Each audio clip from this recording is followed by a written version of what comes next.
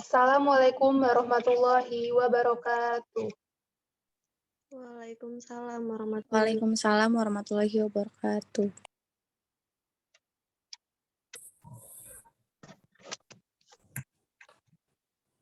Selamat pagi, yang terhormat Direktur Akademi Kebidanan Borneo Medisra Balikpapan, Ibu Nila Trisna Yulianti, SSIT MKEP. Yang kami hormati Wakil Direktur 1 Bidang Akademik, Ibu Karnila Langsarini Sisam, SST MKEP. Wakil Direktur 2 Bidang Keuangan, Bapak Dwi Cahyo Akbar SIKOM.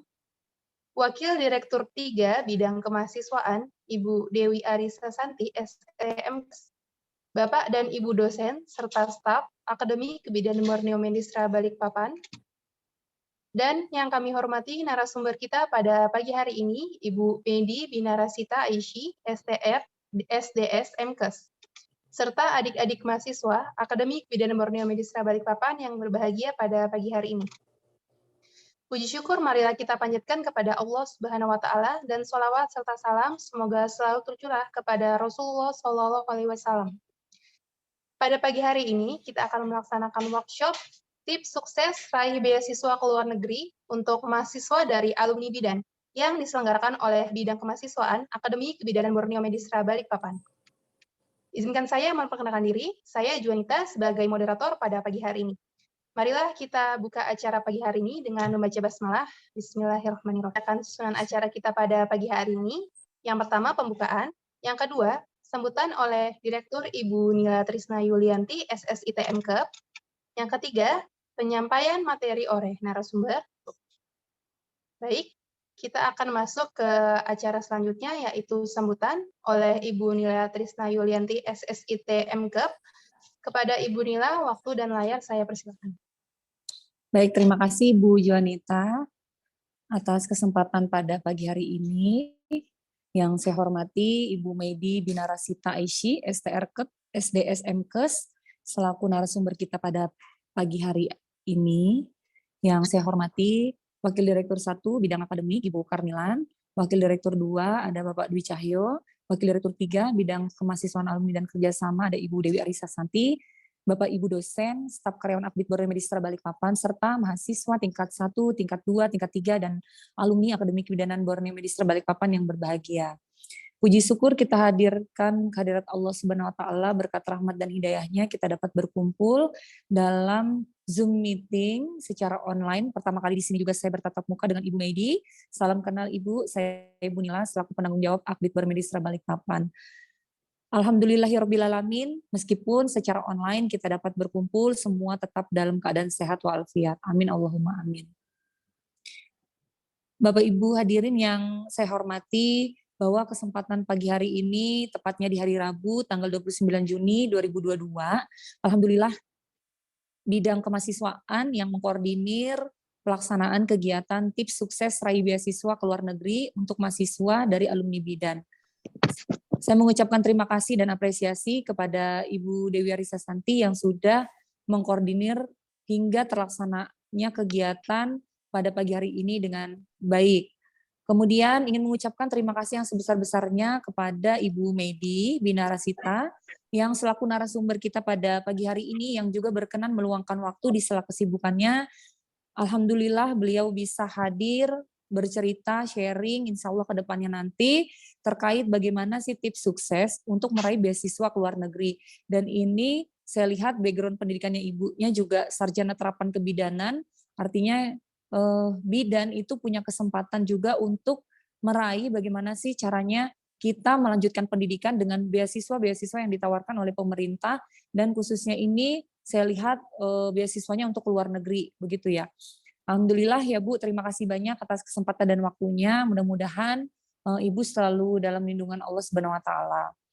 Kemudian ingin mengucapkan terima kasih kepada dosen dan staf karyawan Akbid yang juga berkenan meskipun di sela kesibukannya beliau, tapi beliau bisa turut hadir juga untuk mendengarkan bagaimana sih tips sukses. Jadi ini adalah kesempatan juga ya buat dosen-dosen ataupun staf lainnya yang bekerja di Akbid Borneo, ketika kita nanti mendengarkan sharing atau diskusi dengan Ibu Medi, bagaimana sih tipsnya meraih beasiswa ke luar negeri. Saya kira untuk dosen-dosen ini juga bisa dilakukan untuk mencari program beasiswa S3 misalnya. Mungkin nanti pada saat menyampaikan materi tersebut, karena di sini bunyinya tips ya, mungkin ada tips khusus ya yang bisa kita lakukan sehingga nanti bisa lolos untuk mengikuti program beasiswa luar negeri.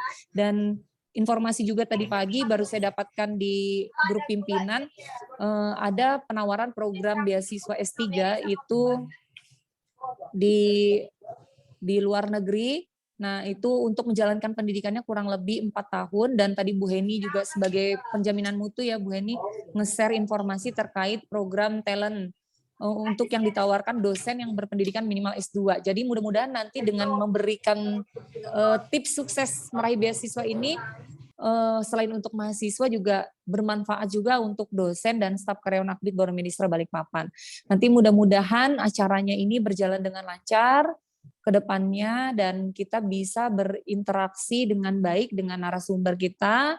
Nanti mohon kesempatan ini dimanfaatkan dengan sebaik-baiknya, baik itu untuk mahasiswa, kemudian untuk alumni, dan untuk dosen serta staf karyawan Akdit Boroministra Balikpapan. Sekali lagi, mengucapkan terima kasih kepada seluruh pihak yang terlibat dalam kegiatan pada pagi hari ini. Mungkin itu saja yang bisa disampaikan. Kurang lebihnya mohon maaf. Wabillahi taufiq wal hidayah. Wassalamualaikum warahmatullahi wabarakatuh. Saya kembalikan ke Bu Juanita. Warahmatullahi wabarakatuh.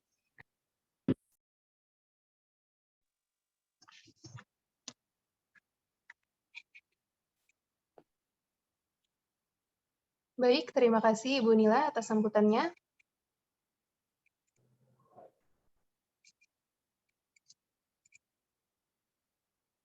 Kita akan masuk ke sesi utama atau inti dari kegiatan workshop kita pada pagi hari ini. Kita akan masuk ke sesi pemaparan materi oleh narasumber kita yang luar biasa pada pagi hari ini. Tapi izinkan saya sebelum masuk ke sesi materi, saya akan membacakan CV dari beliau. Beliau bernama lengkap Mehdi Binarashita Aishi, dipanggil dengan panggilan Mehdi. Saat ini bekerja di startup Blessroots untuk Amazon, e-commerce, Kanada, dan USA, serta Satgas COVID-19 di pemerintah Kota Balikpapan. Pendidikan beliau yaitu D4 Kebidanan, Poltekkes Malang, short course program nursing di Tokyo Medical and Dental University, S1 Visual Komunikasi Desain di Bina Nusantara University, Midwifery Profession Program di Uskudar University, Magister Program Public Health di University of Jember. Selanjutnya, prestasi dan pengalaman beliau. Pernah mendapatkan Kementerian Agama Scholarship for Madrasah Student pada tahun 2015, pernah mendapatkan YTB Awardee di tahun 2019, pernah mengikuti Calling for Paper Japanese Medical Research Foundation, pernah menjadi Mawapres Poltekkes Malang, menjadi awardee LPDP dalam negeri pada tahun 2021, menjadi model United Nations di Hungari pada tahun 2018, Guest Speaker in Food Security Monash University, Design Award di PT Kilang Pertamina Internasional.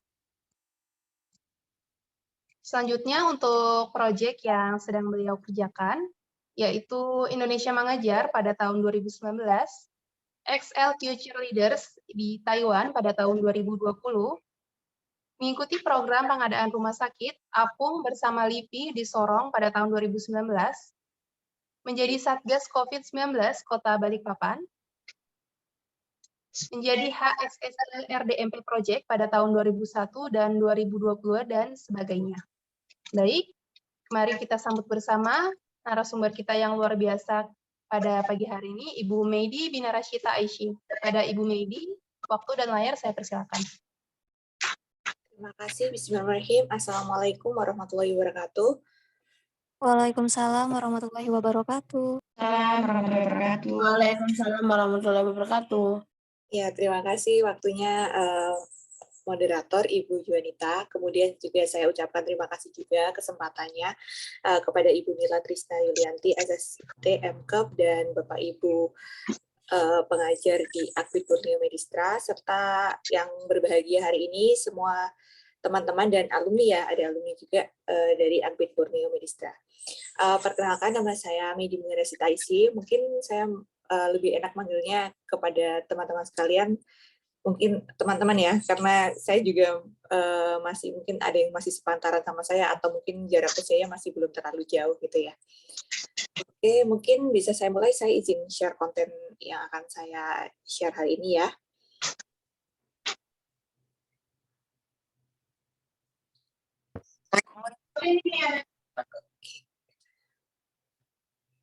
Apa sudah bisa terlihat PowerPoint yang saya siapkan? Sudah terlihat, Bu. Oke, bisa saya mulai ya. Perkenalkan, tadi nama saya Medi, bisa dipanggil Medi juga, atau biasanya teman-teman manggil saya Sita. Jadi pada pagi hari ini siang ya, saya akan menceritakan atau sharing beasiswa tentang luar negeri, terutama karena menurut saya beasiswa luar negeri ini kesempatannya sangat luas, kemudian sangat banyak, dan bisa diikutin oleh seluruh mahasiswa yang ada di Indonesia. Dan ini adalah salah satu kesempatan buat kita yang memang merasa bahwa kita belum memiliki dana atau support dana, maksud saya, yang dapat menunjang kita di kehidupan di luar negeri tentunya, dan tentu saja yang bisa mensupport kita ke dalam salah satu persyaratan yang mereka miliki itu sebenarnya tidak terlalu memberatkan kita sebagai mahasiswa ataupun alumni. Tapi masih banyak orang yang masih belum tahu karena dipikirnya mungkin persyaratannya akan sangat susah atau persyaratannya akan sangat ribet ya. Nah, pada pagi hari ini saya akan menceritakan ke teman-teman semuanya beasiswa yang pernah saya ikutin. Ada beberapa yang memang saya tidak lolos di dalamnya, ada yang sudah dalam tahap wawancara, ada tapi tidak saya lanjutkan, ada juga yang sudah saya ikutin. Saya lulus sekitar tahun 2018, waktu itu saya berkuliah di Poltekkes Kemenkes Malang di D4 Kebidanan. Kemudian waktu saya berada di D4 Poltekkes Kemenkes Malang ini di jurusan kebidanan, saya memiliki pengalaman untuk mengikuti kegiatan lomba yang dilakukan di Tokyo Medical University atau kita menyebutnya TKMU. Nah, kebetulan di TKMU ini saya mengikuti lomba yang namanya Calling for Paper. Jadi seperti membuat jurnal, tetapi jurnal ini sesuai dengan bidang kita ya, ini bidang kebidanan. Di Jepang memang belum ada jurusan kebidanan, atau mungkin mereka lebih menspesifikasinya kita ke golongan perawat atau nursing. Jadi waktu itu saya masuk ke golongan nursing, tapi memang fokus penelitian saya adalah di kesehatan ibu dan anak. Waktu itu saya mendapatkan kesempatan bahwa informasi bahwa saya tuh bisa mengikuti short course. Jadi ini tuh seperti summer course atau program yang hanya berjalan beberapa bulan atau satu musim saja. Dan memang ini tidak mendapatkan gelar akademik apapun. Akan tetapi lewat short course ini saya jadi tahu, ternyata tuh masih banyak beasiswa yang bisa saya ikutin.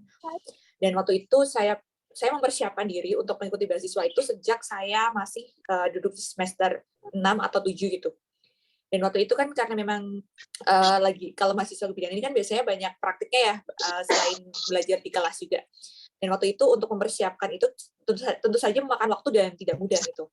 Karena ternyata ada beberapa beasiswa yang mengharuskan kita itu memiliki kemampuan bahasa asing, bukan hanya bahasa Inggris. Jadi waktu itu saya berpikir bahwa saya harus menentukan negara mana yang akan saya tuju, yang sesuai dengan latar belakang pendidikan saya, dan saya merasa mampu untuk mengikuti persyaratan yang diberikan oleh pemberi beasiswa. Gitu. Setelah saya proses lulus, waktu itu setelah yudisium, ijazah saya masih belum keluar punya. Bahkan waktu itu SKL saya juga masih belum keluar, tapi saya mencoba untuk mendaftarkan diri di Hungaria. Hungaria itu adalah salah satu kota di Eropa yang terkenal kecantikannya, terutama kota Budapest. Jadi waktu itu saya berpikir bahwa sepertinya saya tertarik untuk kuliah di sana, karena waktu itu kan masih menggunakan bahasa Inggris yang saya rasa saya masih bisa menguasai dasar-dasarnya, dan saya hanya perlu menggali lebih dengan mengikuti TOEFL atau IELTS waktu itu. Jadi beasiswa ini namanya Stipendium Hungarikum. Itu sekitar tahun 2019 itu saya daftar. stipendium Hungarikum ini perlu diketahui bahwa dia itu sifatnya adalah partial funded atau beasiswa yang tidak penuh. Jadi mereka hanya memberikan biaya hidup. Jadi sekitar, saya lupa, sebulan itu masih cukup lah ya. Tapi memang tidak dibiayai seperti perjalanan, kemudian asuransi kesehatan, kemudian biaya kuliah itu juga kita masih ada biaya sebagian seperti itu. Akan tetapi waktu itu saya rasa, mungkin bisa saya coba dan nanti saya perhitungkan. Karena memang saya belum tahu persisnya berapa yang biaya yang saya harus keluarkan kalau misalnya saya tinggal di Hungaria. Saya hanya menggali informasi ini tuh melalui kakak kelas yang saat itu pernah mendapatkan beasiswa Hungaria. Kemudian saya tanya, memang dia jurusannya adalah jurusan public health atau kesehatan masyarakat. Saya tanya ke beliau, kenapa kok mengambil beasiswa di Hungaria ini di Stipendium Hungarikum. Jadi Stipendium Hungarikum ini beasiswa yang diadakan oleh pemerintah Hungaria ya. Jadi waktu itu dia menyampaikan bahwa di Hungaria ternyata tuh biaya hidupnya tuh hanya 11-12 dengan di Jakarta. Jadi bisa dikatakan kalau misalnya kita mau hidup lebih hemat itu masih bisa gitu. Dengan beasiswa yang diberikan yaitu partial funded tadi itu yang saya ceritakan itu sebenarnya masih bisa gitu. Tapi memang kita harus mempersiapkan diri seperti biaya perjalanan dan sebagainya. Tentu saja kalau kita menggunakan paspor Indonesia, kita harus mempersiapkan visa juga. Visa ke Eropa itu ternyata juga persyaratannya juga masih ada banyak itu. Tapi kalau misalnya kita sudah diterima sebagai mahasiswa, ternyata oke, so saya lanjutkan. Selain mengikuti stipendium Hungarikum di Hungaria, saya juga mengikuti YTB di tahun yang sama. YTB itu adalah beasiswa government dari Turki. Jadi saya sempat ke Turki sebelumnya. Waktu di Turki juga saya mengikuti summer course. Waktu itu juga fully funded atau dibayarkan oleh kampus dan pemerintah waktu itu. Pemerintah Turki ya maksud saya. Nah, YTB 2019 ini berbeda dengan stipendium Hungarikum. Kenapa? Karena YTB 2019 ini pertama dia tuh di Turki itu ada jurusan kebidanan. Kemudian yang kedua, pilihan kampus itu juga termasuk banyak gitu ya, nggak cuma 1-2. Dan kemudian mereka itu memiliki beasiswa fully funded atau dibiayai sepenuhnya. Jadi waktu itu saya memutuskan untuk mengambil program magister kebidanan ada di 2 kampus. Yang pertama di Üsküdar University dan yang kedua ada di Hacettepe University. Kedua-duanya berada di kota besar, di Ankara dan di Istanbul. Jadi waktu itu saya memutuskan, karena saya sudah pernah ke 2 kota itu, saya rasa lingkungannya cukup cocok lah ya untuk orang Indonesia seperti saya yang maksudnya masih pilih-pilih makanan dan kemudian masih perlu akses transportasi. Jadi waktu itu saya memutuskan untuk memilih 2 kampus itu setelah melakukan riset terlebih dahulu. Nah, seperti yang tadi saya sampaikan, di YTB ini cukup berbeda dengan stipendium Hungarikum. YTB ini jujur saja jurusan yang ditawarkan lebih banyak, kemudian juga fully funded atau beasiswa penuh. Kemudian YTB 2019 ini juga tidak mempersyaratkan sertifikat bahasa apapun. Jadi memang YTB ini prosesnya kita harus bisa 1 tahun course yang namanya TOMER, itu kita diberikan bekal pelajaran TOMER itu. Dan memang sebetulnya 1 tahun itu memang tidak langsung bisa ya, tidak langsung bisa. Apalagi kan kita diajarkan TOMER itu kan bahasa Turki yang sehari-hari, bukan yang dalam tanda petik itu bahasa ilmiah yang ada di kebidanan. Saja kita harus belajar lagi gitu. Jadi memang kalau kita memiliki keinginan yang seperti yang tadi saya sampaikan, kalau memang kita berniat untuk mendaftarkan diri ke salah satu beasiswa yang diselenggarakan oleh negara atau institusi tersebut, misalnya kita diterima, kita siap untuk belajar, kita siap untuk menyesuaikan diri dengan lingkungan. Kemudian setelah lulus, waktu itu saya mengambil program di YTB, saya tidak mengambil jurusan magister, akan tetapi saya mengambil program profesi. Karena waktu itu memang pilihannya untuk program magister masih belum ada magister kebidanan. Waktu itu hanya ada bidang profesi. Dan waktu itu saya pikirnya karena itu memang kalau program profesi hanya setahun dan TOMER itu hanya setahun, jadi saya rasa saya masih mampu untuk menyelesaikannya lah ya waktu itu. Kemudian saat itu setelah lulus dan mendapatkan program profesi, saya harus melakukan seperti penyamarataan atau penyamaan studi ya di Indonesia. Dan sambil melakukan penyamaan itu, saya bertemu dengan salah satu profesor yang ada di YTB itu, yang kemudian dia tuh bekerja di LIPI. Jadi saya mendapatkan kesempatan untuk bekerja bersama beliau.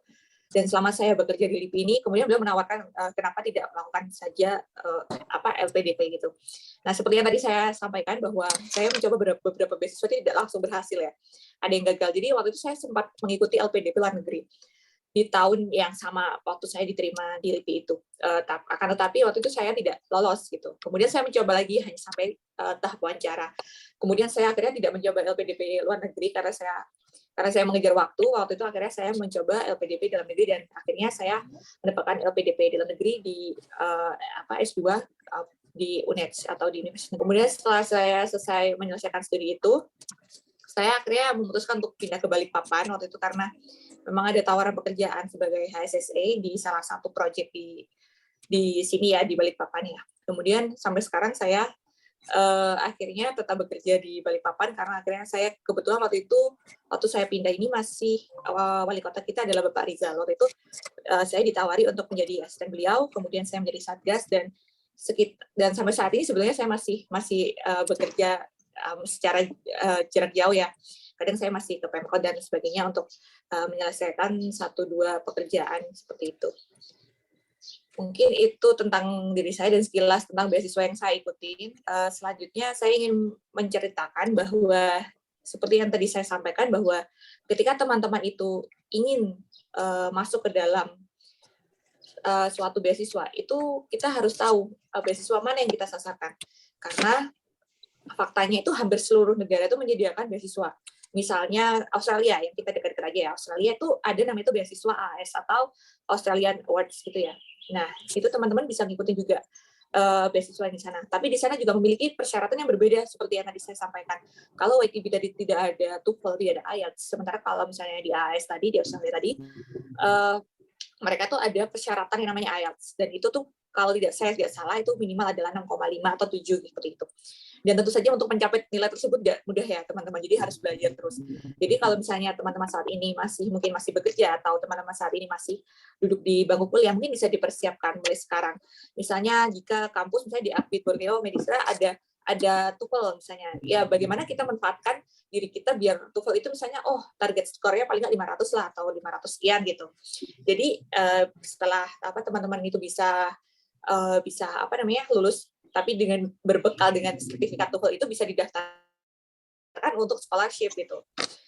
Dan kemudian yang kedua adalah teman-teman juga harus tahu bahwa beasiswa tersebut itu beasiswa apa sih maksudnya? Apakah dia fully funded yang seperti saya sampaikan tadi semua biaya itu di cover atau mungkin dia partial funded. Nah, kalau partial funded ini teman-teman juga harus tahu jangan sampai ini banyak sekali terjadi ya waktu saya di Turki itu. Karena mungkin waktu itu banyak yang berpikir bahwa Turki itu kan negaranya kayak Indonesia lah ya, biaya hidupnya. Jadi banyak banget orang tua yang menyekolahkan anak-anaknya itu yayasan ataupun lembaga pendidikan gitu. Ternyata waktu mereka sampai di Turki itu mereka tidak diurus seperti apa yang dijanjikan oleh lembaga tersebut. Misalnya seperti Tomer yang tadi saya sampaikan atau lembaga kayak les bahasa lah ya. Les bahasa ini ternyata tidak diberikan gitu. Akhirnya mau nggak mau mereka harus mencari sendiri. Nah, sementara kan tidak semua orang di Turki itu bisa berbahasa Inggris ya teman-teman. Jadi pasti mereka akan kesulitan kalau misalnya tidak ada teman PPI Indonesia yang ada di Turki. Dan mau nggak mau orang-orang di PPI Indonesia di Turki ini mau nggak mau pun menolong mereka juga gitu. Jadi perlu didetailkan seperti apa beasiswa yang teman-teman ikut itu. Apakah memang dibayar seluruhnya atau memang hanya partial funded? Dan kalau memang partial funded ini yang dibiayai apa saja gitu? Apakah kuliahnya aja? Ataukah biaya hidup atau uang saku seperti itu. Kemudian ini ada self-funded ya, kalau misalnya teman-teman merasa mampu, teman-teman bisa mengikuti beasiswa self-funded ini. Tentu saja biasanya teman-teman bisa melalui lembaga-lembaga tertentu yang ada di Indonesia, lembaga penyaluran mahasiswa ke luar negeri lah ya. Jadi yang perlu teman-teman tahu adalah mereka sudah bertanggung jawab atau tidak dengan alumni sebelumnya. Jadi teman-teman bisa cari tahu sendiri kali ini. Karena saya sendiri memang belum pernah sih kalau mengikuti yang self-funded ini ya. Karena yaitu seperti yang tadi saya sampaikan masih banyak mahasiswa yang tersesat karena mengikuti bukan beasiswa ya ini. Kalau ini self-funded ini kan mereka secara mandiri mengikuti ya. Tapi ternyata kampus yang mereka pilih itu adalah bukan kampus yang berada di kota yang besar itu, yang agak di pinggir sehingga akses transportasinya juga susah. Jadi mereka kalau misalnya dilepaskan begitu saja dengan lembaganya, pasti mereka akan kesulitan gitu. Jadi teman-teman juga perlu berhati-hati dan memikirkan kembali pilihan beasiswa yang akan diikuti.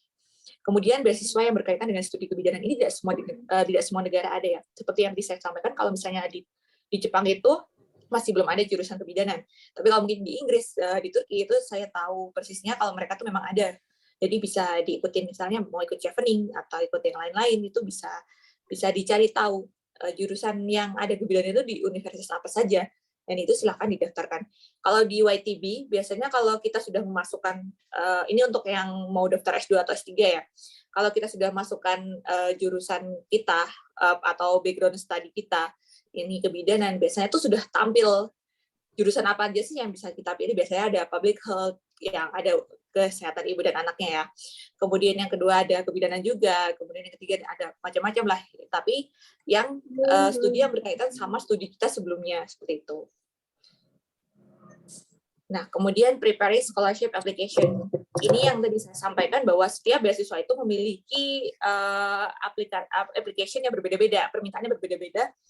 Ada yang meminta sertifikat bahasa seperti TOEFL atau IELTS. Ada juga seperti Mobungan Buso yang ada di Tokyo, yang ada di Jepang, itu juga memiliki persyaratan bahasa Jepang. Jadi mereka harus meminta teman-teman sekalian untuk memiliki sertifikat tersebut. Dan itu pun juga ada level-level tertentu. Sama, TOEFL pun juga ada skor-skor tertentu. Tapi untuk YTB, untuk jurusan kebidanan waktu itu tidak diminta ya. Tapi untuk jurusan seperti bahasa Inggris dan yang lain itu diminta. Kemudian yang kedua adalah isegira tourisme. Nah, ini yang harus teman-teman pelajari. Setiap misalnya kita membuat essay, biasanya kita itu menonjolkan kenapa sih alasan kita tuh mau mendapatkan beasiswa tersebut. Kenapa sih harus negara tersebut. Nah, ini yang tadi saya sampaikan bahwa teman-teman harus tahu kenapa sih alasan saya mau ngambil beasiswa di negara tersebut. Jangan karena mungkin karena misalnya banyak banget biasanya saya ya teman-teman yang konsul ke saya kalau misalnya mau apply beasiswa, biasanya mereka bilang, Mbak Midi, saya tuh pengen keterima di beasiswa Korea, soalnya saya tuh suka nonton drama Korea. Nah, itu bukan alasan yang kuat gitu. Jadi bisa dicari ataupun ditanyakan ke diri sendiri, kenapa kok ingin mengambil beasiswa di negara tersebut. Misalnya waktu itu saya membuat essay tentang kayak, waktu itu pertama kali saya datang ke Turki, saya pernah datang ke rumah sakit di Turki dan mengikuti program summer course yang diadakan mereka, dan waktu itu saya sempat tanya-tanya, bagaimana sih pengelolaan kesehatan di sini itu, bagaimana sih sistem kesehatan ibu dan anak yang ada di Turki ini ternyata cukup berbeda dengan di Indonesia, dan saya tertarik untuk belajar di sini karena apa, nah sebutkan itu. Nah, itu bisa diceritakan dan on point, jadi tidak terlalu berlebihan. Biasanya kalau di beasiswa YTB itu kita mengetik sendiri waktu kita application tuh, dan itu ada batas tulisannya dan ada batas waktunya juga. Kalau misalnya kita kelamaan gitu, kita mengetiknya dalam bahasa Inggris ya. Kalau kita terlalu lama itu dia akan terclose gitu, jadi otomatis akan terhapus. Jadi bisa dipersiapkan terlebih dahulu. Kemudian ada dokumen studi sebelumnya. Kalau misalnya teman-teman mau mendaftarkan beasiswa S2 atau S3 terutama, biasanya ini mereka akan meminta ijazah atau SKL sementara atau yang tercantum nilai teman-teman saat melakukan studi di sebelumnya, di background studi sebelumnya. Kemudian juga kalau misalnya teman-teman misalnya dari D3 akan kuliah S1 gitu, mereka pun juga akan meminta dokumen pendidikan yang pernah dilakukan sebelumnya gitu. Dan ini juga berkaitan, biasanya ada batas-batas nilai tertentu. Misalnya waktu saya mendaftarkan di YTB itu minimal nilai adalah 70 atau B, atau IPK-nya tuh minimal berapa, gitu tuh ada. Dan kalau S3 itu minimal berapa gitu, itu ada. Jadi bisa dicek langsung di beasiswa yang akan teman-teman ikutin.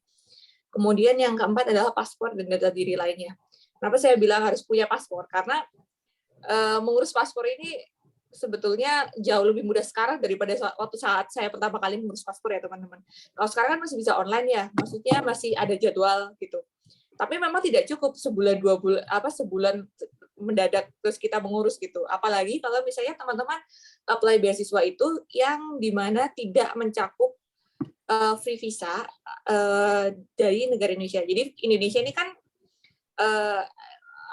negara di Asia Tenggara masih bisa pakai paspor aja ya teman-teman. Jadi kalau misalnya teman-teman mau apply beasiswa ke Thailand, ke Malaysia, ke Brunei, itu masih bisa lah ya.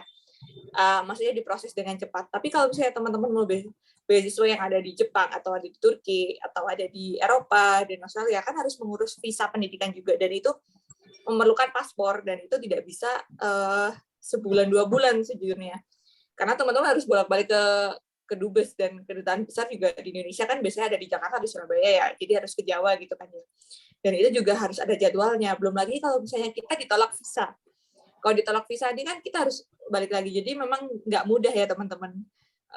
Kita harus harus benar-benar preparation-nya itu benar-benar harus siap gitu loh. Jadi kita bisa menggali-gali siapa sih alumni beasiswa tersebut gitu, kita cari tahu aja.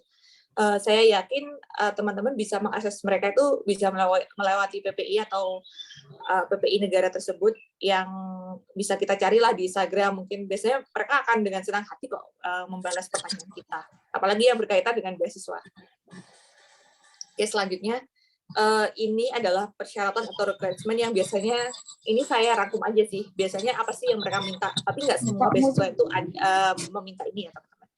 Jadi rata-rata kalau untuk S1 TOEFL, IBT dan IELTS-nya itu adalah 60 70 atau 120. Kemudian S2 S3 itu 80 sampai 100, 120. Kemudian untuk IELTS ini, kalau IELTS ini kalau S1 masih 5 ya teman-teman. Tapi kalau sudah mau pendaftar untuk S2 itu paling tidak adalah 6. Seperti di AS yang tadi saya sampaikan, Australian Awards itu paling nggak kalau nggak salah itu 6,5 malah saya pernah dengar. Kemudian pengalaman saya yaitu kalau S1 itu TOEFL-nya minimal 400 sih. Kalau misalnya S2 500 gitu. Minimal itu. Dan pasti teman-teman persaingannya juga teman-teman yang lain yang dari Indonesia juga pasti mungkin ada yang lebih tinggi gitu.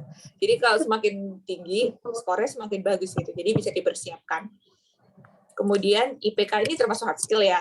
Paling nggak kalau misalnya kita mau daftar S2 atau S3 itu di atas 3 lah ya. Jadi kalau misalnya saat ini teman-teman misalnya masih kuliah terus kemudian bisa melakukan remedial gitu, karena mungkin ada nilai yang kurang memuaskan, mungkin bisa dilakukan. Kemudian pengalaman organisasi ini ternyata penting juga gitu, karena waktu saya melakukan wawancara di YTB itu, waktu itu wawancaranya saya dapat di Jakarta.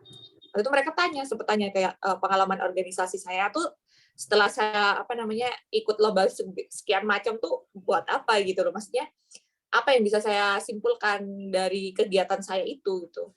Dan waktu itu kebetulan waktu saya duduk di bangku D4 kebidanan itu, saya adalah Wapresma BEM Poltekkes Kampus Malang. Jadi waktu itu saya ceritakan bahwa saya di BEM itu ada program yang berkaitan dengan penelitian saya seperti itu. Kemudian juga skripsi saya juga berkaitan dengan dengan jurusan yang saya inginkan, dan saya tuh masih pengen melanjutkan penelitian saya tentang skripsi ini untuk di jurusan profesi yang YTB tawarkan kalau misalnya saya diterima. Waktu itu saya sampaikan seperti itu.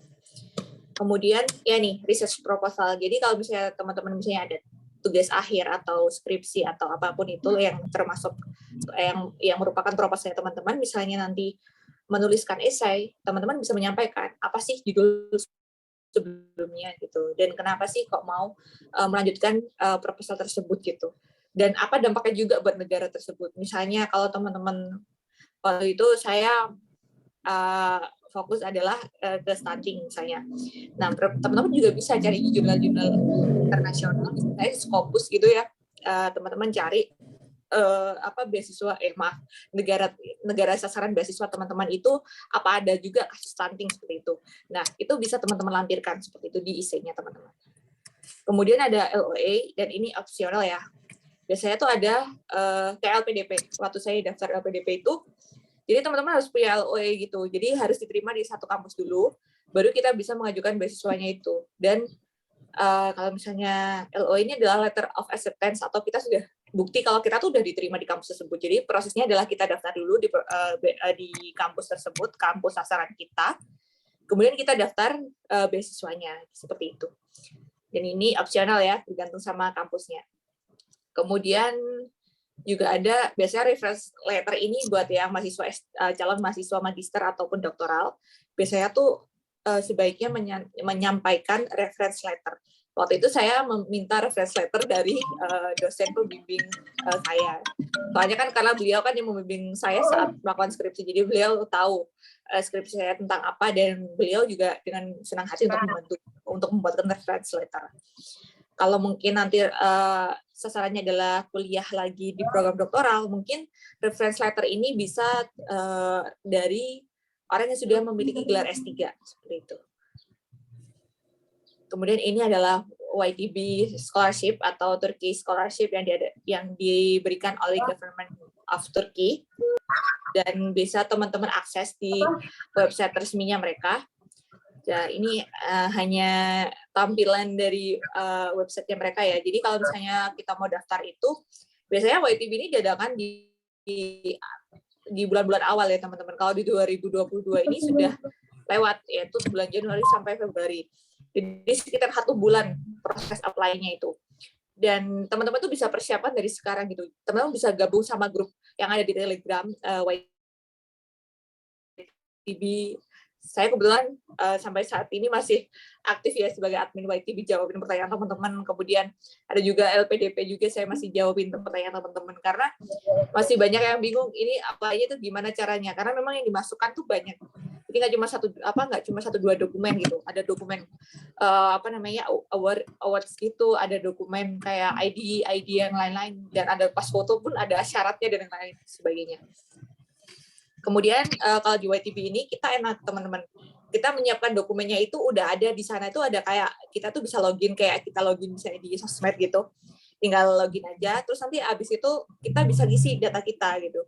Misalnya ya tahun ini tuh kita nggak terima nih beasiswa ini, kita tuh masih bisa daftar menggunakan akun kita sebelumnya pada tahun yang sebelumnya gitu, dan kita bisa lihat kurang apa sih, jadi kita bisa perbaikin, kita bisa perbarui CV kita bisa perbarui resume kita gitu dan sebagainya.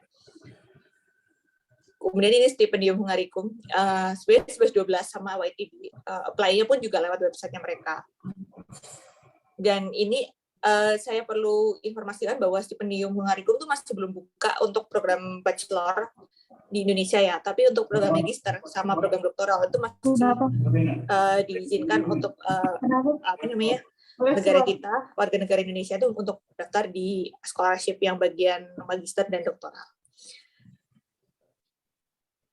Kemudian saya sampaikan bahwa semua orang itu berkesempatan untuk mendapatkan beasiswa gitu. Dan perlu juga teman-teman ketahui bahwa ada banyak pemberi beasiswa, tidak hanya pemerintah negara tersebut, tapi juga ada institusi gitu.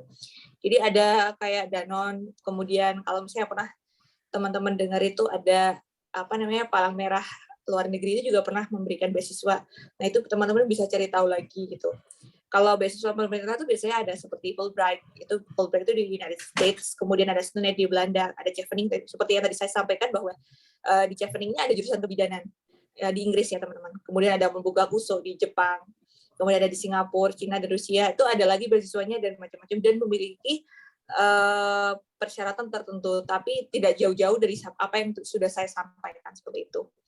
Kemudian juga ada beasiswa yang untuk kampus tertentu gitu, seperti kampus Ivy Language yang ada di United States, kemudian kampus-kampus di seluruh dunia itu juga memiliki beasiswa. Tapi yaitu sekali lagi teman-teman harus tahu bahwa beasiswa itu ada termasuk fully funded atau partial funded seperti itu. Teman-teman juga bisa mengecek informasi beasiswa itu di kedutaan negeri ya, jadi bisa mengecek di websitenya mereka. Nah, kalau misalnya teman-teman sudah paham sampai situ, kira-kira sudah menentukan tujuannya teman-teman apa belum? Kira-kira pengen di negara mana nih? Gitu. Jadi bisa kita pancing ketertarikan kita itu mau kuliah di mana nanti setelah lulus gitu, atau mungkin mau S1 di mana nanti gitu. Jadi bisa dicek langsung ke website mereka, website resminya mereka gitu. Karena memang kalau menurut saya mempersiapkan application-nya buat beasiswa ini nggak cuma sebulan 2 bulan ya, nggak bisa mungkin jauh-jauh hari, mungkin seperti ini yang tadi saya sampaikan, YTB udah tutup nih karena dia di awal tahun. Nah ini kan masih pertengahan tahun nih, teman-teman masih bisa nyiapin, entah itu teman-teman bisa belajar buat TOEFL, atau teman-teman bisa lihat-lihat background kampus dan bisa belajar buat nulis essay dan resume seperti itu. Nah kalau ini LPDP, karena saya memang pernahnya ikut dua ini ya teman-teman, pernahnya ikut 2 seleksi beasiswa ini ya. Kalau PDP itu pertama kita harus dapatkan LOE dulu, seperti yang tadi saya sampaikan. Jadi harus daftar dulu ke kampusnya. Kalau sudah dapat daftar kampusnya, baru kita daftar beasiswanya nih.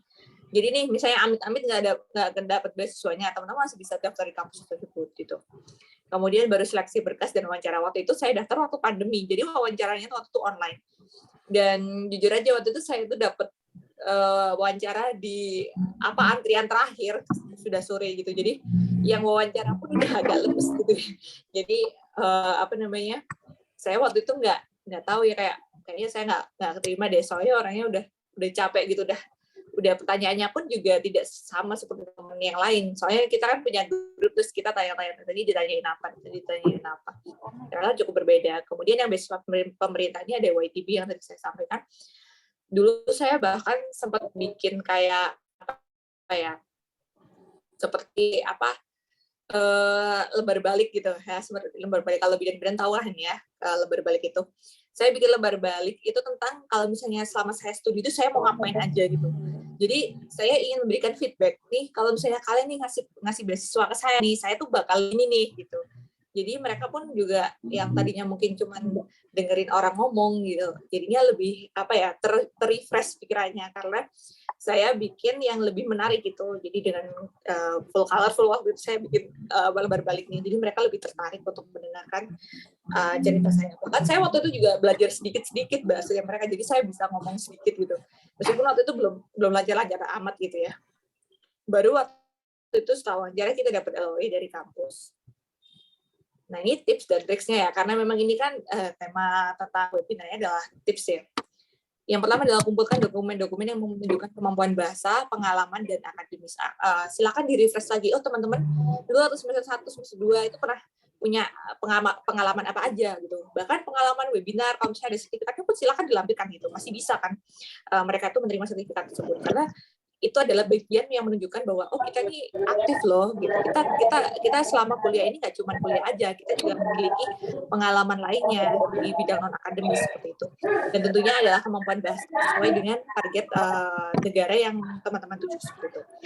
Kemudian bisa mulai belajar bahasa lain kalau misalnya memang jurusan yang teman-teman sasarkan, negara yang teman-teman sasarkan ini adalah menggunakan bahasa asing seperti Rusia, Jepang, dan lain-lain, atau China gitu. Misalnya film tanpa subtitle atau film, misalnya teman-teman nonton Netflix nih, tonton aja tanpa subtitle bahasa Indonesia seperti itu. Kemudian kalau misalnya IPK-nya kurang, kan ada aspek lainnya. Ini aspek lainnya itu apa aja sih? Yaitu tadi ada non-akademis, kemudian ada sertifikat bahasa, ada IC yang teman-teman buat. Itu masih aspek lainnya. Jadi yang dinilai itu tidak hanya satu poin penting saja seperti itu. Tapi usahakan IPK ini adalah tidak di bawah standar yang mereka berikan gitu. Kalau memang di bawah standar yang mereka berikan, mereka tidak akan melihat aspek lainnya seperti itu. Langsung pastinya tidak diloloskan untuk tahap berikutnya. Kemudian pengalaman organisasi ini, kalau misalnya teman-teman bisa meminta sertifikat keterangan bahwa teman-teman pernah mengikuti organisasi ini, silakan diminta untuk dipersiapkan saat melakukan application scholarship ini. Kemudian perbanyak baca informasi terbaru ini, teman-teman bisa gabung di grup Telegram. Nanti mungkin saya bisa sampaikan grupnya apa aja ya. Kalau saya sih cuma punya grup LPDP sama grup ini YTB, dan sampai saat ini pun saya tahun itu saya jawabin pertanyaan dari teman-teman. Saya nggak akan bosan juga, karena menurut saya ya kalau ada kesempatan yang terbuka untuk semua orang, terutama mahasiswa Indonesia, pasti saya juga akan ikut senang ya kalau misalnya ada yang lulus gitu atau lolos dari beasiswa tersebut gitu ya. Kemudian perbanyak portofolio proyek dan penelitian. Dan ini kemudian kalau untuk yang beragama muslim ya tentunya berdoa, ibadah. Waktu itu saya sampai nazar kalau misalnya saya lolos nih, saya mau ngapain gitu. Dan waktu itu saya lolos gitu. Kemudian lebih paham agama ini,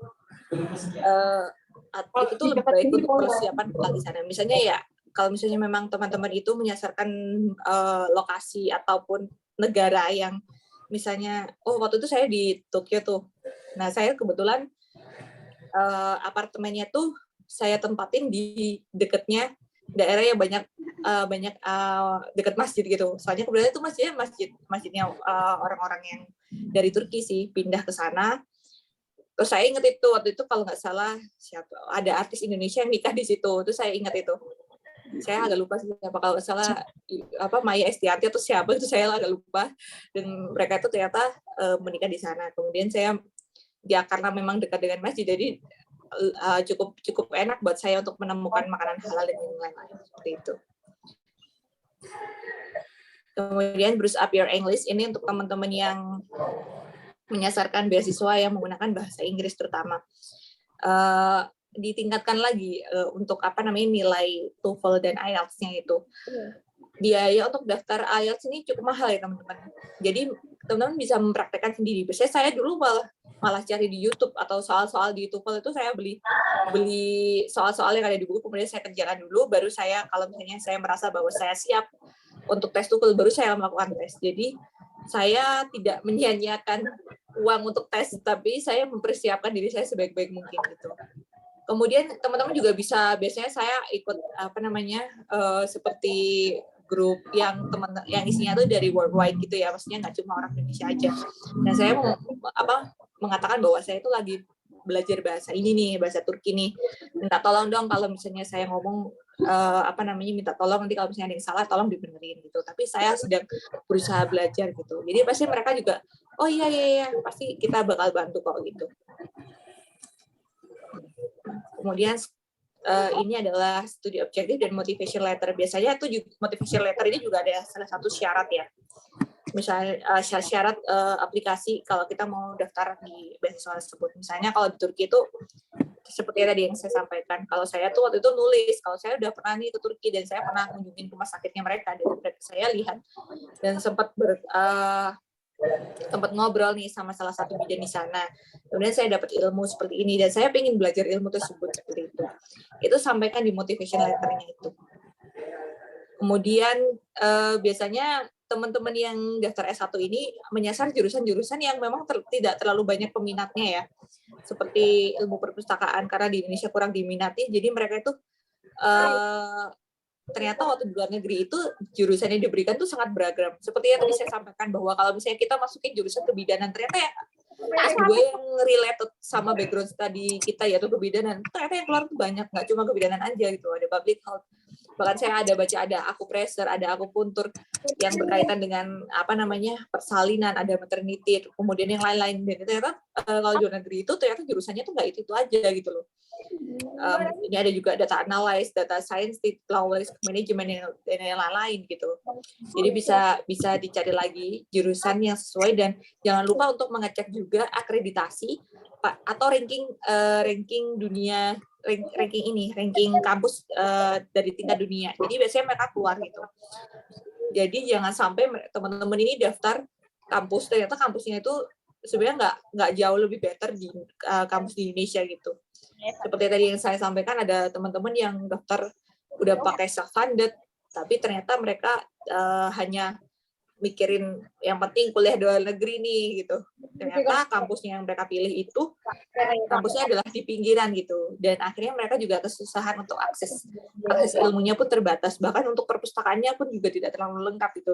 Jadi untuk mendukung itu silakan dicek juga background dari kampus yang teman-teman tuju selain jurusannya. Kemudian ini tahap selanjutnya adalah wawancara beasiswa. Biasanya kalau kita udah lulus administrasi, kita akan mendapatkan panggilan untuk wawancara beasiswa baik secara online maupun datang langsung gitu.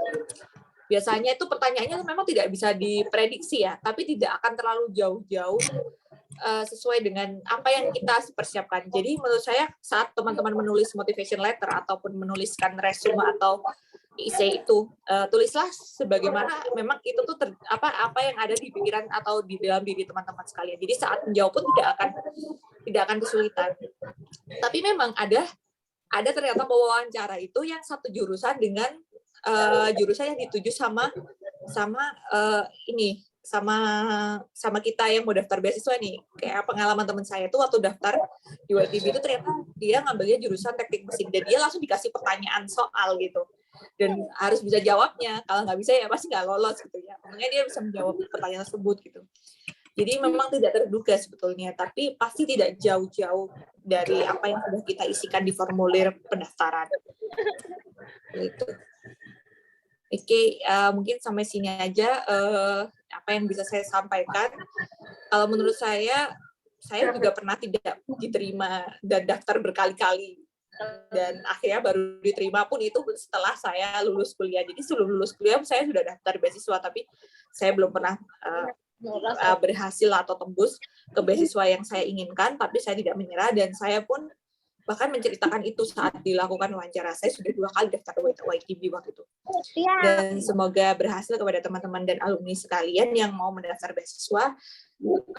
Tidak ada salahnya lah mencoba. Yang salah itu kalau kita nggak mencoba tapi kita udah pesimis duluan gitu. Aku nggak bisa bahasa Inggris nih, aku nggak bisa bahasa ini nih, aku kayaknya nggak bisa deh gitu.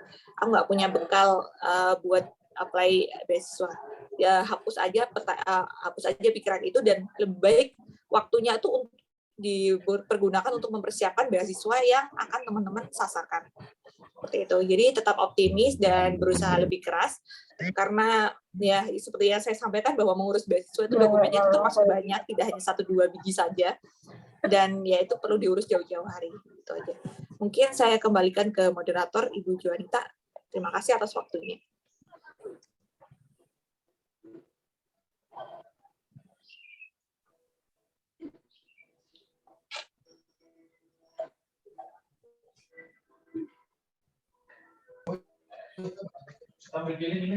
Baik, terima kasih Ibu Medi atas materi yang telah disampaikan. Pada adik-adik mahasiswa dan alumni yang memiliki pertanyaan atas materi yang sudah disampaikan, saya persilakan untuk raise hand.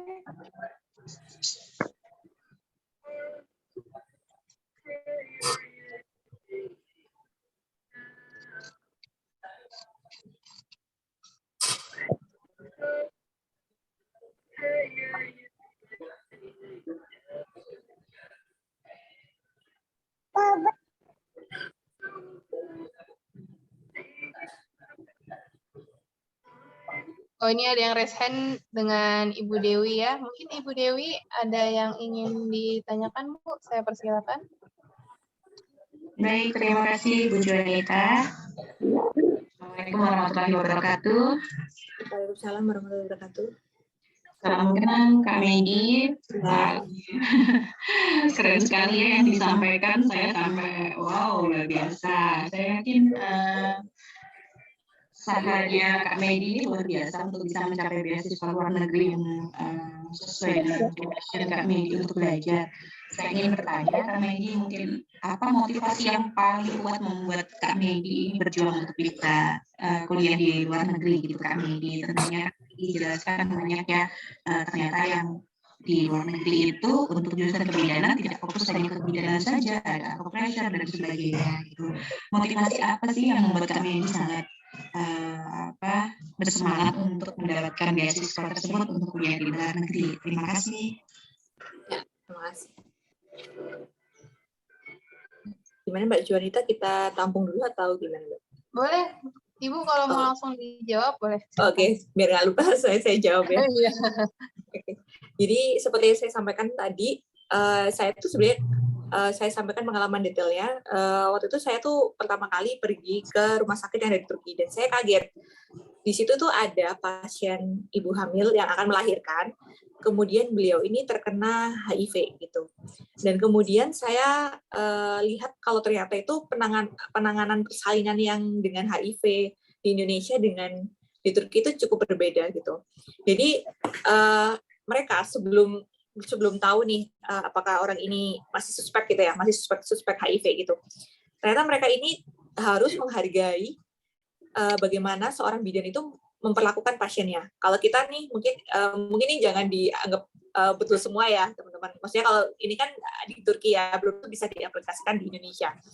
Jadi mereka ini kayak misalnya mungkin kalau di Indonesia pakai APD lengkap itu ada pakai hairnet, kemudian pakai sepatu boots, ada pakai celemek, ada pakai ini dan sebagainya. Kalau mereka nih ya, kalau kita mau dekat ke pasien, pasien itu tidak akan bahkan waktu saya deket aja saya nggak boleh pakai handscoon aja nggak boleh karena waktu itu mereka masih belum bisa dinyatakan sebagai orang yang dengan HIV masih suspek gitu. Jadi saya tuh harus respect dengan kondisi mereka dan tidak semena-mena menyatakan oh kamu kena HIV nih makanya aku pakai apa namanya APD ini, pakai APD itu. Nah ini kan cukup berbeda ya pendekatannya dengan bagaimana kita bidan di Indonesia itu melakukan pendekatan kepada pasien. Kemudian selain pengalaman itu juga ada waktu itu saya datang ke rumah sakit tersebut, ternyata bidan ini juga belajar tentang bagaimana memberikan makanan atau makanan sehari-hari kepada pasien yang sedang baru saja melakukan persalinan atau sedang masa nifas gitu. Ternyata makanan pasca nifas, misalnya pasca hari pertama nifas gitu, itu apa aja sih yang diberikan, kemudian apa aja sih treatment yang diberikan, ternyata makanannya itu berbeda. Dan sejujurnya saya belum mempelajari itu waktu di Indonesia, entah saya yang kurang belajarnya kurang rajin atau gimana, tapi cukup berbeda. Ternyata mereka tuh belajar gizinya tuh cukup detail gitu. Gimana caranya mencegah ibu postpartum ini mengalami anemia, dan makanan apa saja sih yang harus diberikan. Yang menuliskan menunya, yang menuliskan komposisinya itu adalah bidan di sana yang bertugas, dan satu bidan itu hanya memegang 2 pasien gitu. Jadi bisa dibayangkan ya, kalau itu diterapkan di Indonesia, mungkin pasiennya banyak banget, bidannya juga harus banyak gitu. Dan pengalaman itulah yang saya pikir berarti saya ini belajarnya entah kurang jauh atau kurang luas gitu ya. Jadi akhirnya saya berpikir bahwa saya tuh kayaknya kepingin banget nih kuliah lagi biar saya ini mendapatkan ilmu seluas-luasnya. Meskipun mungkin nanti pada akhirnya ilmu yang kita pelajari di luar negeri itu nggak bisa 100% kita terapkan di Indonesia, paling nggak kita tuh memiliki pengalaman gitu yang berbeda. Jadi kasus-kasus pun yang ada di luar negeri pun berbeda. Mungkin di sini vaksin, kan adanya vaksin kalau misalnya kepada bayi baru lahir, misalnya bayi baru lahir dikasih ini vaksin ini ya BCG, habis itu kasih poliotetes. Nah ternyata kalau di luar negeri itu berbeda teman-teman vaksinnya. Bahkan untuk seperti asuransi kesehatan, mereka tuh hanya pakai satu kartu seperti KTP lah kalau di sini, dan satu kartu itu bisa mengakses detail, ibu ini tuh sebelumnya sudah pernah melakukan pemeriksaan di mana saja, ibu ini tuh sebelumnya pernah mengalami keguguran atau abortus misalnya. Dan kita tuh bisa melacak itu tuh hanya dengan satu kartu ID card itu saja. Sebenarnya kita harus menggunakan buku pink yang bisa aja bukunya tuh kesingsal atau hilang gitu kan ya. Jadi banyak sistemnya bagaimana mereka itu mendekatkan diri kepada pasien, memberikan pelayanan yang terbaik kepada pasien. Itu cukup berbeda dengan bagaimana yang kita lakukan di Indonesia gitu. Jadi tidak semuanya memang 100% kita bisa terapkan di Indonesia. Tapi banyak hal yang bisa kita pelajari dari sistem yang ada di mereka itu. Seperti itu mungkin Mbak jawabannya. Semoga memberikan jawaban yang sesuai lah ya. Terima kasih Kak Meidi, keren banget jawabannya.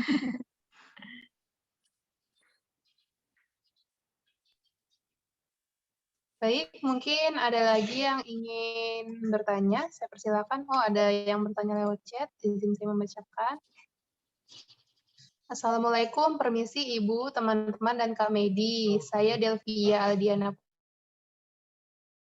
Putri dari Tingkat 1, Akademi Kebidanan Borneo Medistra Balikpapan. Izin bertanya, Kak, bagaimana cara meningkatkan kepercayaan diri kita untuk mengambil beasiswa di luar negeri, Kak? Karena saya terkadang tidak percaya diri dan pesimis dalam hal tersebut.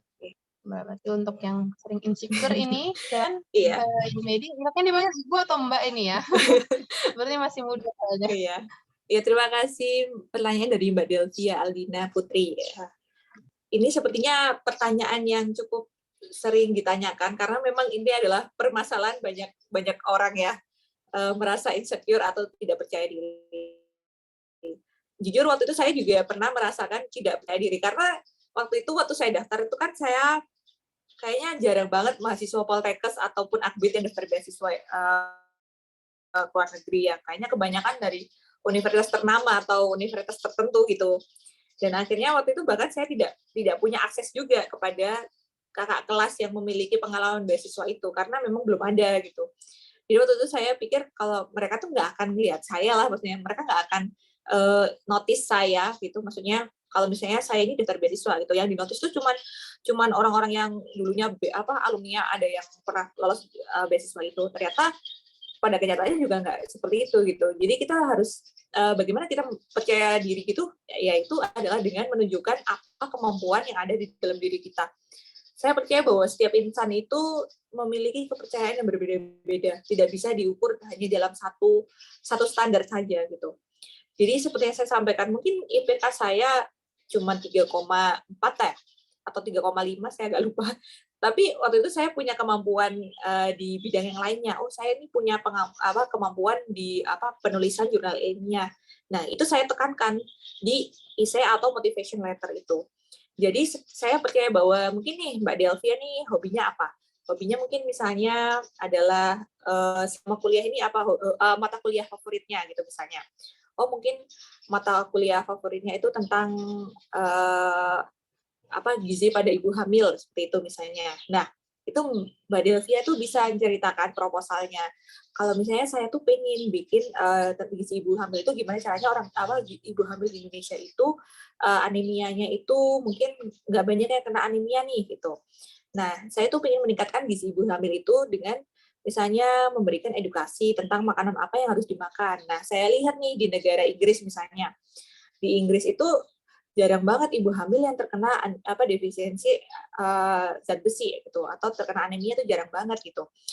Nah, ternyata setelah saya cari di jurnal itu tuh orang Inggris itu ternyata misalnya mereka tidak sering terpapar matahari, tapi mereka tuh memenuhi dengan gizi-gizi yang baik, misalnya dengan makan biji-bijian, kemudian memakan gandum dan lain-lain. Tapi kan di Indonesia nggak ada nih gandum. Nah, itu Mbak Delvia tuh bisa menggali dari situ dan menyampaikan di motivation letter. Selain pemberi beasiswanya akan membaca, oh berarti Mbak Delvia ini mencari tahu tentang background negara kita gitu. Berarti kan memiliki interest gitu, memiliki ketertarikan kepada bagaimana Inggris ini nih sebagai negara yang berhasil menurunkan angka kematian ibu dengan menurunkan orang-orang yang terkena ibu hamil yang terkena anemia ini dengan meningkatkan gizinya. Nah, Mbak Delvia juga pingin ibu hamil yang ada di Indonesia ini juga seperti itu, cuma dengan cara yang disesuaikan dengan kondisi yang ada di Indonesia seperti itu. Jadi bisa dilihat lagi ke dalam diri kita. Kita ini sebenarnya ini jago di bidang apa sih? Kita ini memiliki interesting di bidang apa sih? Nah, itu silakan ditonjolkan. Karena apa? Kalau kita menunjukkan sesuatu yang kita senangi, itu biasanya kita tuh akan bersemangat gitu itu ya. Karena kan kita merasa bahwa oh, aku ini bisa nih kalau misalnya di bidang ini gitu. Jadi caranya adalah yaitu dengan menggali potensi yang ada di dalam diri. Karena setiap orang tuh punya keunikan sendiri, termasuk Mbak Delvia ini. Dan silakan ditunjukkan keunikannya itu seperti itu. Mungkin bisa menjawab pertanyaannya ya, Mbak.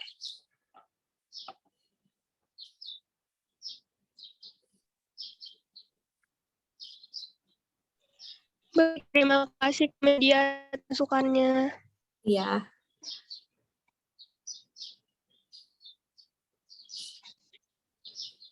Baik, mungkin ada lagi yang ingin bertanya, saya persilakan bisa lewat kolom chat atau bisa langsung raise hand.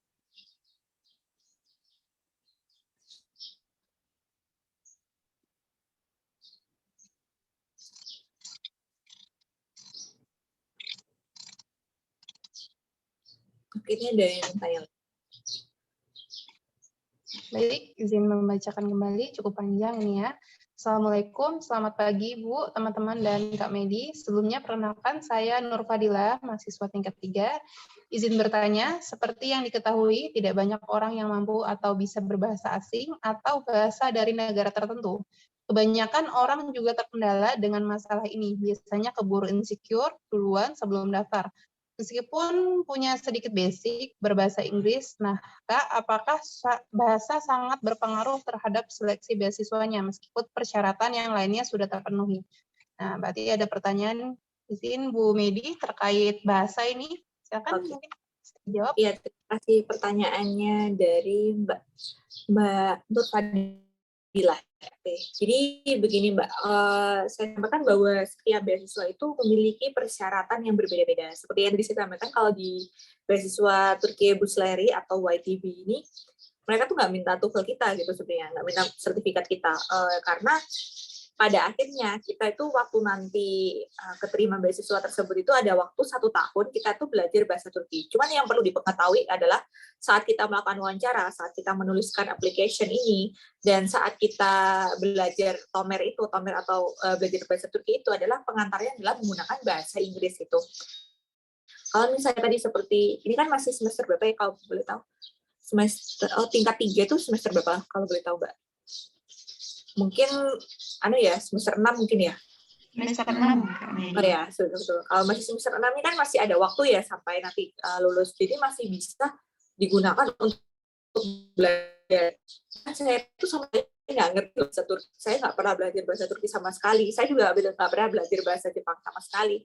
Tapi waktu saya decide, waktu saya menentukan pilihan bahwa saya ingin kuliah di negara tersebut, saya itu setiap hari menambah kosakata baru tuh mungkin sekitar 10 sampai 20 kosakata. Dan kemudian juga sekarang kan teman-teman kan pakai smartphone ya. Pasti akses ke belajar bahasa itu jauh lebih luas daripada dulu. Waktu zaman saya tuh masih belum ada orang yang bikin tutorial di YouTube misalnya cara dialog sederhana itu masih jarang sekali. Kalau sekarang saya cek tuh masih cukup banyak ya konten-konten yang misalnya mengajak kita belajar bahasa Inggris itu. Jadi kan sudah memiliki dasarnya. Biasanya kalau sudah memiliki dasarnya ini tinggal diperkuat lagi gitu. Misalnya seperti tadi yang saya sampaikan, kalau misalnya nonton film, mungkin subtitle-nya itu bisa diubah ke bahasa Inggris gitu. Jadi kita bisa tahu pronunciation-nya. Misalnya, caranya ngomong kayak gini tuh gimana gitu. Terus ada bahasa yang misalnya ada kosakata yang nggak kita tahu. Nah, kita cari tahu tuh kosakatanya itu apa. Nah, kemudian kita juga bisa belajar dari itu. Misalnya kita ikut chat worldwide itu, misalnya gabung ke grup chat yang nggak cuma orang Indonesia aja. Biasanya tuh banyak kok grup-grup yang ada kayak gitu. Dengan kita menyampaikan bahwa kita tuh lagi pengen belajar bahasa Inggris gitu. Nah, itu kita bisa tuh chat misalnya menggunakan bahasa Inggris. Nanti kalau misalnya kita salah, mereka tuh akan infoin kita bahwa cara menyampaikan hal tersebut yang benar itu seperti apa gitu. Dan sebetulnya proses ini itu tidak bisa dilakukan misalnya hanya sehari 2 hari. Pasti harus setiap hari lah paling enggak kita itu bisa meningkatkan kemampuan bahasa Inggris kita. Kalau bahasa asing mungkin akan berbeda lagi ya teman-teman. Kalau bahasa asing juga kita harus mencari mungkin entah ikut les private atau mungkin ikut seperti tadi saya sampaikan nonton di YouTube, habis itu kita bisa praktekin sendiri. Kemudian saya juga lihat banyak banget aplikasi di Play Store tuh yang bisa kita dia tuh seperti game tapi sebenarnya tuh ngajak kita lagi belajar kosakata bahasa tersebut. Waktu itu saya juga main game itu kebetulan menggunakan bahasa Turki, dan kemudian saya main game itu saya kayak misalnya ngucapin selamat datang nih ngomongnya apa IG Ciler gitu misalnya. Nah itu saya tinggal pilih-pilih aja, padahal itu sebenarnya tuh itu saya lagi main game tapi saya nggak merasa lagi belajar gitu. Padahal saya sebenarnya lagi belajar gitu. Jadi bisa ditingkatkan seluas-luasnya. Gimana caranya kita tuh lebih interest di apa, misalnya nih lebih suka nonton drama atau series gitu. Nah, itu bisa kita setting misalnya subtitlenya itu dalam bentuk bahasa Inggris gitu. Atau mungkin dulu saya karena saking pengennya tuh saya sampai nonton drama Turki tapi subtitlenya nggak saya pasang bahasa Indonesia seperti itu. Jadi bisa disesuaikan sama kebutuhan teman-teman sekalian. Saya rasa belajar bahasa sekarang nggak cuma harus lewat lembaga ya, bisa lewat mana saja seperti itu. Semoga menjawab pertanyaannya ya.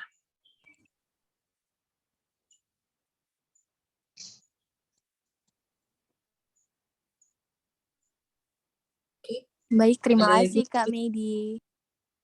Iya. Ada lagi, dipersilakan kepada adik-adik atau alumni yang hari ini bergabung. Apabila ada pertanyaan, kami persilakan apabila ingin melalui kolom chat.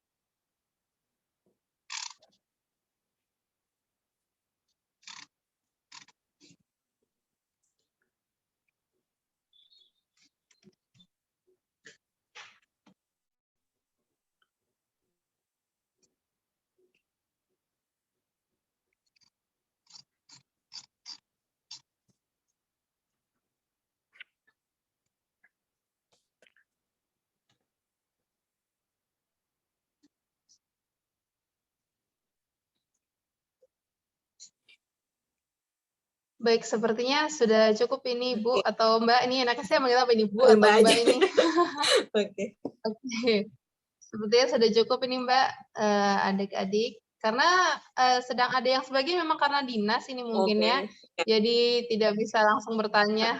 Tapi saya harapannya sambil menyimak. Oh ada nih pertanyaan lagi. Delvia. Sepertinya menanyakan kembali. Assalamualaikum Kak, saya Delvia Aldina Putri, izin bertanya, apakah bahasa Turki dan bahasa Arab hampir sama? Oh, ini tanya, Beda. apakah bahasa Turki dan bahasa Arab Bahasa sama? Turki sama bahasa Arab beda dan cukup jauh perbedaannya. Oke, mungkin jawabannya cuma itu aja sih kalau saya. Iya, beda ya Mbak. Jadi kalau misalnya Mbaknya bisa bahasa Arab, mungkin bisa daftar buat di Mesir. Beasiswa di Mesir kan banyak juga ya. Kalau misalnya Turki sih beda Mbak bahasanya sama Arab. Kalau tadi bahasa Turki, jangan-jangan waktu Mbak diwawancara ntar bilangnya syukron gitu. Itu aja Mbak. Baik, terima kasih Kak Medi. Iya.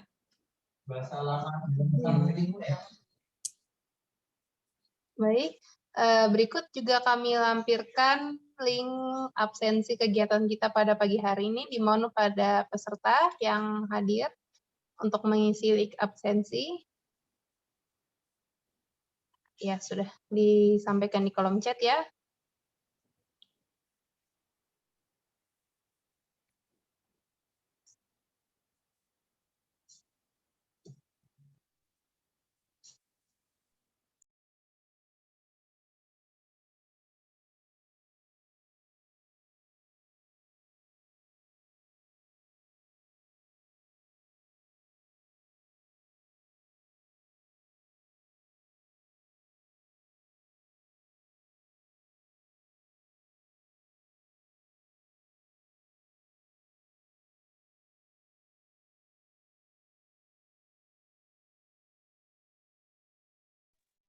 Sudah ya? Baik, untuk sesi pertanyaan dan tanya jawab mungkin saya tutup. Selanjutnya adalah penyerahan sertifikat secara digital untuk moderator kita pada, mohon maaf, narasumber kita pada pagi hari ini.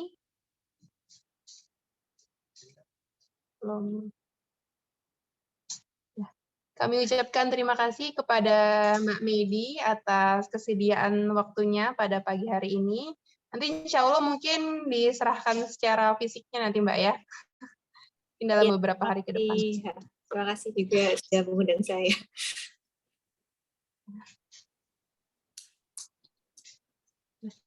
Baik, mungkin acara kita pada pagi hari ini usai sudah.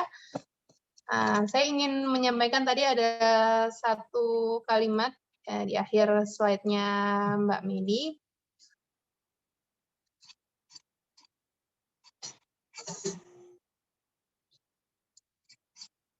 Tidak ada salahnya mencoba, yang salah itu belum berusaha tapi sudah menyerah duluan. Jadi semoga adik-adik setelah mengikuti workshop kita pada pagi hari ini bisa meningkatkan semangatnya, menggali lagi potensi dirinya, dan semangat untuk terus mencoba dan belajar. Siapa tahu ada rezeki di tahun ini atau yang bagi lulus yang tahun ini atau tahun-tahun berikutnya bisa mendapat beasiswa, syukur-syukur bisa dapat di luar negeri. Saya mohon maaf apabila ada kekurangan dalam penyampaian, dan saya ucapkan terima kasih kepada narasumber kita yang luar biasa pada pagi hari ini, Mbak Medi Binarasita Aishi. Semoga lain waktu dapat bersilaturahmi kembali, Mbak ya. Oke, terima kasih. Saya ucapkan terima kasih juga ya kepada tim kemahasiswaan yang telah menyelenggarakan kegiatan pada pagi hari ini, dan adik-adik yang sudah mengikuti dari mulai awal kegiatan. Akhir kata, saya tutup dengan salam. Wassalamualaikum warahmatullahi wabarakatuh. Waalaikumsalam warahmatullahi wabarakatuh. Assalamualaikum warahmatullahi wabarakatuh. Foto bersama dulu, boleh Mbak? Oke. Silakan adik-adik dinyalakan, bagi yang tidak sedang dinas mungkin bisa dinyalakan. Nyalakan videonya.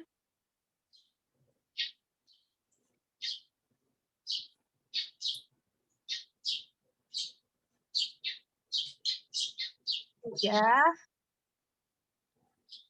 Semuanya lihat ke kamera ya. Saya akan screenshot. 1, 2, 3. Mungkin sekali lagi. Bisa dulu ini. Sekali lagi senyum. 1, 2, 3. Baik, terima kasih Mbak Medi atas waktunya. Apabila ingin live, pada kami silakan. Baik, saya izin live ya. Terima kasih waktunya teman-teman sekalian. Iya, Sehat selalu. Sama-sama. Terima kasih Kak Medi.